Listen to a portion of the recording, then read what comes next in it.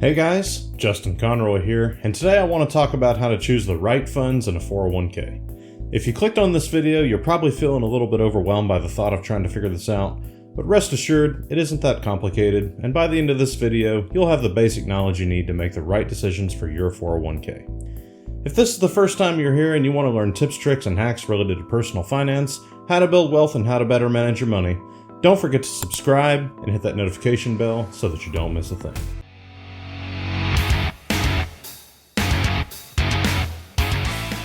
First things first, if you know that you have a 401k, but you don't know how to log on and define your 401k's investment portfolio, be sure to talk to your HR rep first chance you get, because it's possible that even if you are contributing to a 401k, but you've never defined the investment portfolio, it isn't doing anything. And I've seen this a few times and I just wanted to mention it first. Also, in order to really follow along with this video, you need to be able to log on to your investment site and define how your contributions are being invested. It should look a little something like this. My company handles payroll and 401k accounts through a third party called ADP. So that's where I have to go. Yours may be a little bit different. But when you find it, you should see a list of investment funds like this one. So now that we've found this page, which ones do we choose? What's the best way of setting ourselves up for success in retirement? Well, let's talk about your investment portfolio first. If you don't know what this is, don't worry, it's pretty easy to understand. An investment portfolio is just a collection of funds or investments that you hold. And in order to have a good portfolio, there's some things you need to consider. First, you need to decide what kind of risk profile you're comfortable with. Most likely this is going to be defined by your age. The younger you are, the higher risks you can take because you've got more time to bounce back and recover if everything goes wrong. The older you are, the less risk you'll want to take because you don't want to lose the money you have, and you're going to need it much sooner. Your risk profile is something that you have to figure out for yourself because everyone is different. I personally have things set a little bit more aggressively than most people my age probably would, but I'm comfortable with that. I'm monitored on a regular basis, and I adjust things if my wife and I start feeling uncomfortable. You'll have to decide what you're comfortable with. So let's assume you figured out how risky you want to be. Great. Next, let's talk about some terminology. Financial experts all talk about things slightly differently, but I'm going to follow the norm and break it down into 5 different portfolio types. So in order from most risky to least risky, we have aggressive portfolios, growth portfolios, moderate, conservative, and income portfolios. So which are you? Only you can decide that. But don't let it stress you out too much. You can always change things later if you figure out that you don't like how your money is invested. So now what? You've decided what type of portfolio you want to have, but what does that mean? Let's go back to the original problem. Which fund should I choose? Well, in most cases, your 401k provider site will help you understand these things.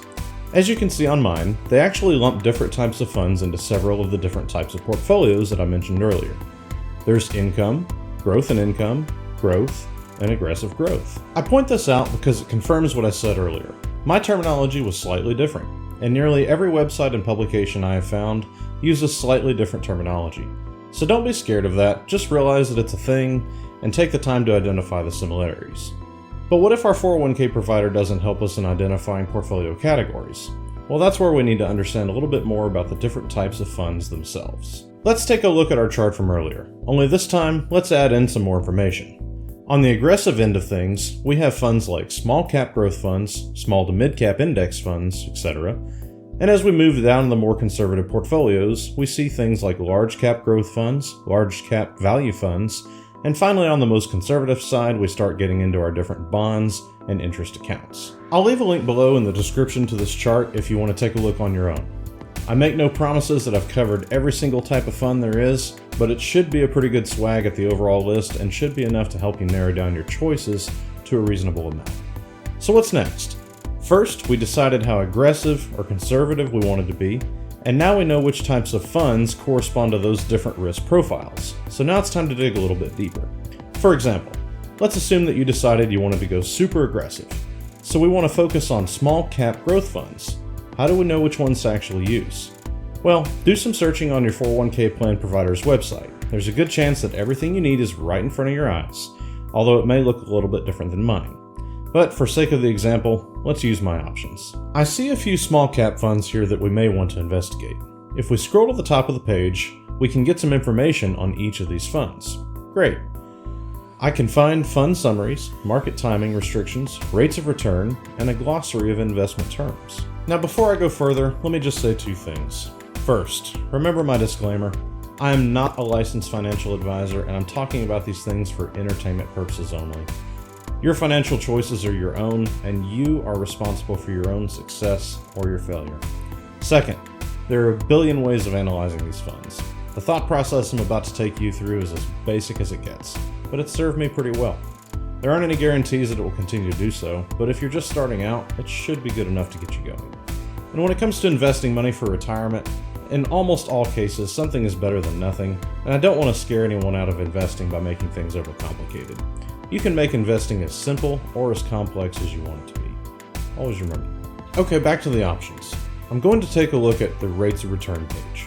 So right here, we have what I consider to be some valuable information. In this list of funds, we have how long they've been around, their expense ratios, and how well they've performed historically. Now, while past performance is not a guarantee of future results by any stretch of the imagination, I do consider it to be a pretty good metric, but it's not the only metric. For me, I look for 4 things in this order. Number 1, a low expense ratio. Number 2, funds that have been around for more than 5 years. Number 3, a historical rate of consistent returns. And number 4, a historical rate of good returns. Why a low expense ratio? Simple. I don't want to pay fees. Plus, when you consider that a Vanguard index fund, which is really what I want to invest in, has an average expense ratio of 0.07% and has historically fantastic results, I can't help but ask why the others can't do the same. Why do I care if a fund has been around for more than 5 years? Simple. I believe that experience is really important. Why would I trust my money with a new kid on the block who hasn't proven himself yet? I want to invest my money into funds that have at least a few years under their belt so that their managers can work out the kinks. Why do I care about consistent returns? Simple. I don't mind seeing some big fluctuations, but I also don't want to see any huge fluctuations. So I choose funds that are a bit more consistent. Why do I care about a historical record of good returns? Simple. If a fund is historically losing money every year, year in, year out, why would I believe their fund managers could turn it around? Now, like I said, there's so much more to choosing funds than just this criteria, but it is a good start. Once you get more comfortable with investments, and more importantly, if you're actually interested in investment strategies, you can start digging deeper into the other metrics that are available.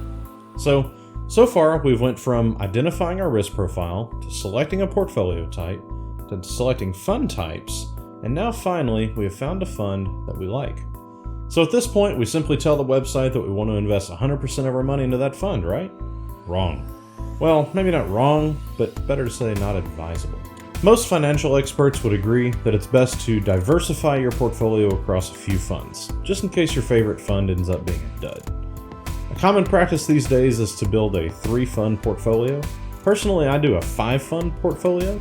There's no right or wrong answer as to how you do it, but I would highly recommend that you do more than one because that's super risky, even for my taste. So you might decide that you want to build a portfolio where your money is distributed like this, or like this, or you may even decide to hedge some of your risk by mixing different types of funds. That's perfectly okay. But with the basic knowledge you have now, you should be able to build yourself a basic portfolio. Like I said before, in almost all cases, investing into something is better than investing into nothing. So do some research and do some reading and go for it.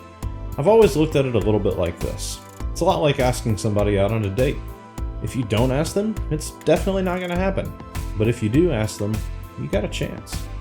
Investing is similar. If you don't invest in your retirement, you definitely won't have anything once you get there.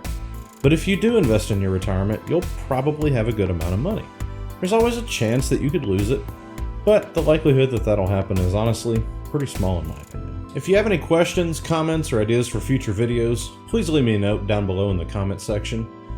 Don't forget to like, subscribe, and hit that notification bell before you leave.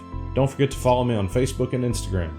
And as always, thank you for your time and support. Have a good one.